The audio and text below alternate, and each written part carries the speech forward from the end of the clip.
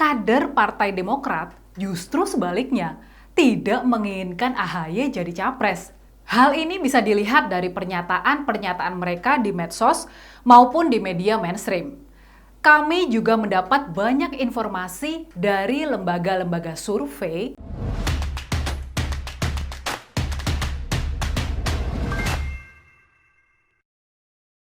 yang namanya kader partai pasti menginginkan ketua umum partainya menjadi capres. Seperti kader Partai Gerindra, 34 DPD serta ormas sayap partai itu secara terang-terangan meminta Prabowo maju lagi sebagai Capres 2024 dalam Rapimnas Partai Gerindra pada 12 Agustus 2022 lalu. Padahal jelas Prabowo sudah kalah di Pilpres 3 kali berturut-turut. Artinya apa? Kalau dia ikut Pilpres lagi, bisa saja kalah lagi. Karena kalah sudah menjadi habit atau kebiasaan yang sulit diubah. Lantas, apa tujuan sebenarnya kader Gerindra mengusung Prabowo sebagai calon RI 1 tersebut? Pertama, tentu ingin mendapatkan kotel efek atau pengaruh ekor jas. Bisa saja Prabowo kalah lagi di Pilpres 2024 mendatang. Tapi, kalau Abangda Hasim Joyo Hadikusumo itu tidak nyapres, resikonya lebih besar. Sudah bisa dipastikan perolehan suara Partai Gerindra akan berkurang, alias tidak sebanyak pada pemilu 2019 silam.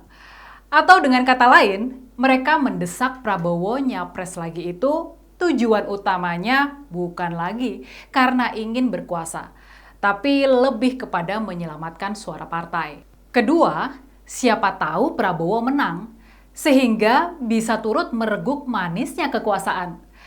Selagi mau berusaha, peluang itu selalu ada. Demikian yang ada di benak kader Partai Gerindra. Termasuk peluang Prabowo terpilih jadi presiden juga masih ada, walaupun itu sedikit.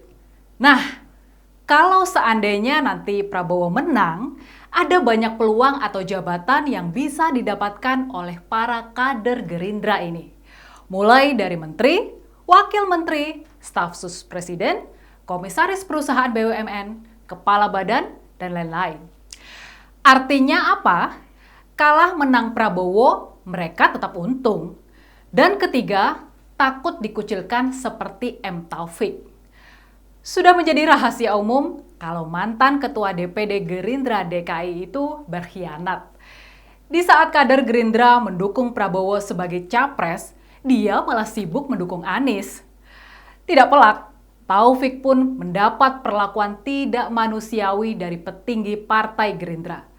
Mulai dari dipecat dari ketua DPD Gerindra DKI yang jabatannya itu sudah dipegangnya sejak 2008 silam, kemudian dipecat dari wakil ketua DPRD DKI dan diusir dari Partai Gerindra. Hingga puncaknya, ia direkomendasikan untuk dipecat dari partai oleh Majelis Kehormatan Partai Gerindra. Pertanyaannya, siapa sih yang mau diperlakukan tidak senonoh seperti yang dialami oleh M. Taufik tersebut? Tidak ada, Ferguson. Jangankan kader Gerindra, kader Partai Umat saja tidak mau diperlakukan seperti itu. Lucunya, sampai sekarang Taufik belum juga mengajukan surat pengunduran diri dari Partai Gerindra. Kayaknya dia menikmati betul diperlakukan gak ada akhlak oleh pengurus DPP Partai berlambang burung Garuda tersebut. What's wrong with you, bro? Nah, seperti kata pepatah, lain lubuk, lain ikan, lain ladang, lain belalangnya.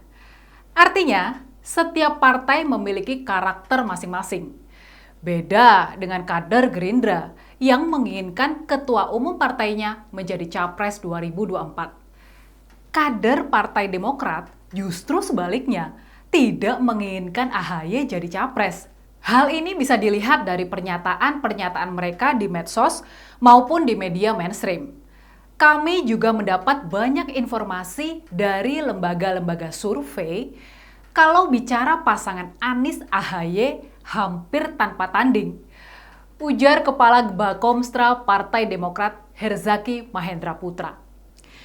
Dari pernyataan Herzaki itu saja sudah ketahuan kalau dia sebenarnya hanya ingin AHY jadi cawapres. Sedangkan capresnya biarlah Anies. Yang pernyataannya itu dia perkuat dengan data hasil survei. Karena kalau seandainya mantan Deputi Kogasma tersebut menginginkan AHY jadi capres, tentu yang dia bahas adalah AHY Anies. Bukan malah sebaliknya, Anies AHY. Dan pernyataan Herzaki itu diperkuat oleh pernyataan kader Partai Demokrat yang lain, Cipta Panca Laksana. Sebelumnya juga muncul berita adanya opsi duet lain, yakni Anies Khofifah. Salah satu pengusung pasangan ini adalah M. Taufik. Tidak pelak, Panca pun auto mendidih darahnya mendengar informasi itu. Hingga tanpa tedeng aleng-aleng, ia mengatakan Anies Khofifah. Alasan aja itu nyari suara NU di Jatim. Lah, surveinya Khofifah nggak muncul kok. Masa nggak percaya survei sih? Hanya saja sangat disayangkan kita tidak bisa melihat aksi gagap Panca saat menyampaikan pernyataannya tersebut. Karena ia menyampaikannya melalui akun Twitter miliknya @panca66, bukan secara langsung di televisi. Tidak berhenti sampai di situ, ia juga mengancam kalau mau kalah, ya silakan saja dukung Anies Khofifah. Udah jelas, Anies AHY itu pasangan berdasarkan survei. Kok mau coba-coba sih dengan memunculkan nama Khofifah? Mau kalah ya? Silakan. Lanjut Panca lagi. Asik. Terakhir, kader Demokrat yang tidak menginginkan AHY maju sebagai capres adalah Partai Demokrat Lamongan. Melalui akun Twitternya @demokratlmg, DPC Partai Demokrat Lamongan mengatakan yang setuju Anies dan AHY menuju ke Istana 2024 di-retweet ya. Insya Allah dua pemimpin ini amanah untuk bangsa Indonesia. Dengan tagar Demokrat peduli rakyat, AHY harapan perubahan. Pada intinya, banyak kader Demokrat yang justru mendukung Anies sebagai capres dibandingkan ketua umum mereka sendiri, AHY. Lantas, apa yang menjadi penyebabnya?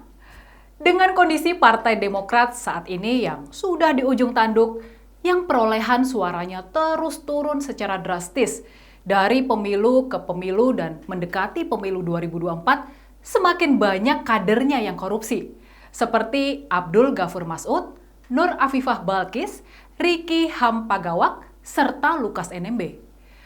Hal ini yang kemudian membuat Partai Demokrat nggak yakin ada partai lain yang mau mengusung AHY sebagai capres.